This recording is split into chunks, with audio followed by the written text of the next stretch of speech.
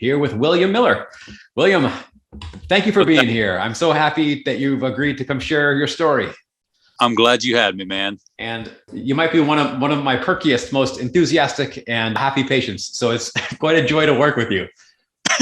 Hey, dude, the pleasure is mine. Trust me, you have helped me greatly. It's so important when you have a good mindset. It makes medicine so much easier. And it really does help remind us all the time that when you come in with an optimistic attitude, things go easier. You're a good example of that. I think it plays a big part. It does. It really does. Let's start. Bring us back. We've been working together since September. You had been struggling before that, but will you bring us back to when you first started, when you decided to reach out to us? What were you feeling like? What was going on with you? Whenever I first reached out to you, I was basically, I hate to use the term at the end of my rope, but that's basically where I was at. My brain fog was so bad that I couldn't remember conversations from the earlier in the day. I was so weak that sitting at my desk in my office, my fingers didn't want to type. I was so fatigued. Yeah.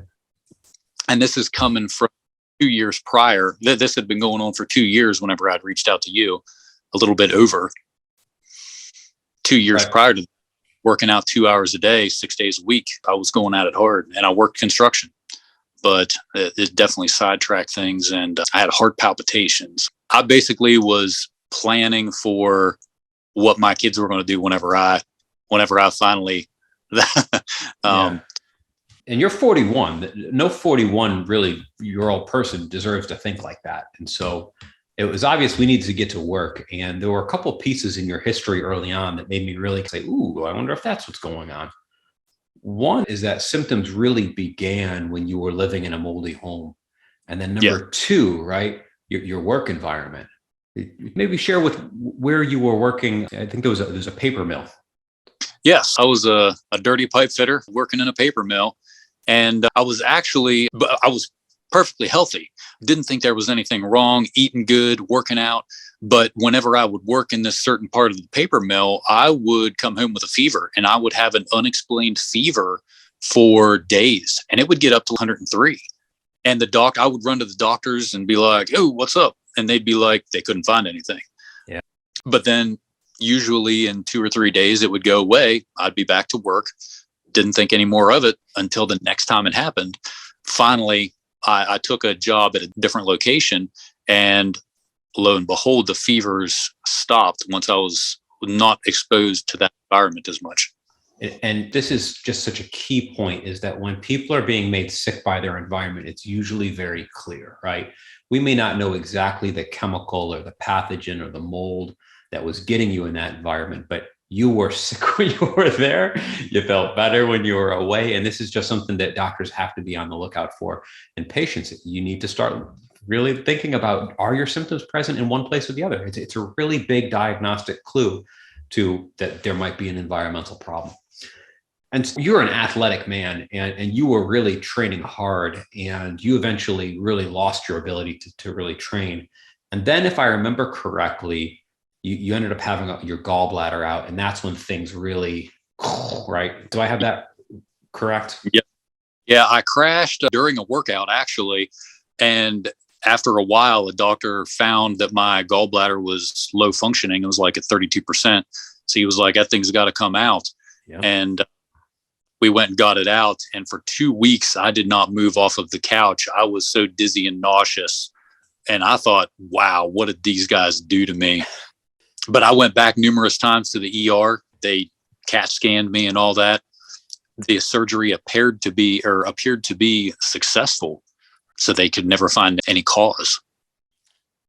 Do you mind if I share what happened when you subsequently were trying to work with the doctors and saying, what the heck is going on with me? They did an endoscopy. Do you mind if I explain what happened there? Absolutely. Please do. So an endoscopy, for anyone who's watching who don't know, is where a GI doctor will stick a camera down the throat and look at the back of the throat, the esophagus, the stomach, the first part of the intestines. And William, you had a whole bunch of bile just backed up sitting in your stomach. The doctor said, oh, that's a whole lot of bile, and didn't do anything with it. Told me to. That's a problem. Bile is not supposed to sit in the stomach. It's supposed to go down the intestines, right? One of the reasons why I think you've done so well is that we started with that piece of information. So when we started working with you, we put you on probiotics, flax fiber, and you did great. You took a step forward. You had some work to go, but flax we know is a great binder for bile. And so share with people, how did that work for you? What was your response? Or help me understand a little bit after that first appointment. Just to take away the intestinal distress was a huge step in just even the subtle mood improvement. Going to work with nausea every single day and not knowing when you was going to have to jump up from the desk and run somewhere. That those minor changes improved all that. Yeah. And I want to stress the importance in that you were the first person to told me that shared with me the use of flax. And this was after I had read numerous things on the internet. I was buying books about bile reflux, reading them, trying to get whatever information I could to help. And then I come to you and you're like, take a teaspoon of flax. And it was amazing. Yeah. That's what we're looking for in functional medicine. If you do the right treatment for the right patient, people get better. And there's usually no question about it, right? You're clearly having diarrhea and then all of a sudden you're not. It's the right treatment. So that's what I live for. It's so much fun. And this is maybe one of the things I really wanted to have you on to talk about bile a little bit, just because I think it's something that's very easy to overlook. And we see a lot of people coming in with IBS-D, right? Diarrheal IBS. And we're learning more and more that bile acid malabsorption is one of the primary reasons that drive a lot of IBS, maybe up to 40%. And then particularly when someone crashes after having their gallbladder out, gallbladder is where you're supposed to store and release bile. So obviously that was the system to target first, and you had a great response. So that is so much fun. And thank you for sharing that. I hope that little information alone is going to help people, but you kept getting better. And so the next step, if I remember correctly, because of your response there and because of your mold exposure, we did a mold test. Yes, sir. Did find a positive mold toxin and expanded the binders. Do I have that piece correct? Yes, sir. Yes, sir. Yep. And the elemental. Okay. Would you like to share anything about those treatments, or do we want to move on? What would you like to? I can definitely. Between the binders and the elemental, I ordered my elemental a little bit late. And so I've been 4 or 5 days without, and I can tell a difference. The elemental plays a huge part right now in the healing process and giving me the energy I need. I underestimated how important it was. Nice. Okay. Yeah. Because I think we had a good response before, but I'm so happy to hear that additional information. Absolutely. We love it because we hear something like that from a patient almost every day in clinic. And so we're sold. And I hope if you're a patient out there listening, we use the elemental formulas. There's a couple different formulas and we use them in different ways depending on the context, but we use them so frequently because we just love hearing our patients get better. And it's a real nice way to give the gut a rest and then improve the nutrition at the same time. You had some food reactivity. And if I remember correctly, William, as we worked on the bile, gave you probiotics, elemental, that has been dialing down. How are you with expanding your diet? Have you made progress or are you still having trouble there? I do still have to be careful with carbohydrates. Any type of sweet, I have to steer clear of, with the exception of the stevia, like in the elemental. Yep. I have to be careful with, say, some of the extremely fatty foods. I have to be a little bit careful with. So those type of things, I still have to stay within my diet range. However, I will say that yesterday, my wife fixed for our daughters some rice flour cupcakes with bananas as sweetener. Okay. And I had a half of one and I had zero reaction. All right. Congratulations. That's what we're looking for. Yeah, man. Slow and steady. I often joke with patients that I feel like I haven't done a good job until they can drink a beer and eat a hot dog. So maybe we're not there yet, but the typical place, I think we've been at this for 4 or 5 months, is the longer we can get the gut restored, and then the more tools we can just slowly add on, your reactivity should go down to where we can, if not eat a normal diet, much more than you are right now. So we're going to keep working on that. I didn't actually ask you before we started chatting, William, but last time we met, I believe I had asked you to do some herbal antimicrobials. Did you have a chance to try those? I'm putting you on the spot. Hey, go ahead. Mail, and I am counting the days till they get here. They're supposed to show up the 28th, and I'm chomping at the bit. Oh man, okay. I can't wait. All right, great.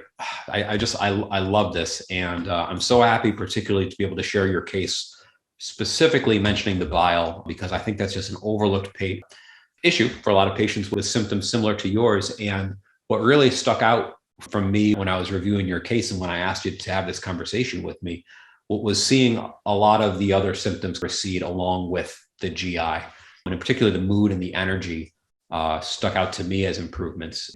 Hopefully I'm not just making that up. Do you agree with that assessment? No, sir. I would 100% be, because it seemed like everything was correlated in with treating the stomach. Yeah. But my muscles aren't sore all the time. It's improvement across the board. Yeah. That you've given me.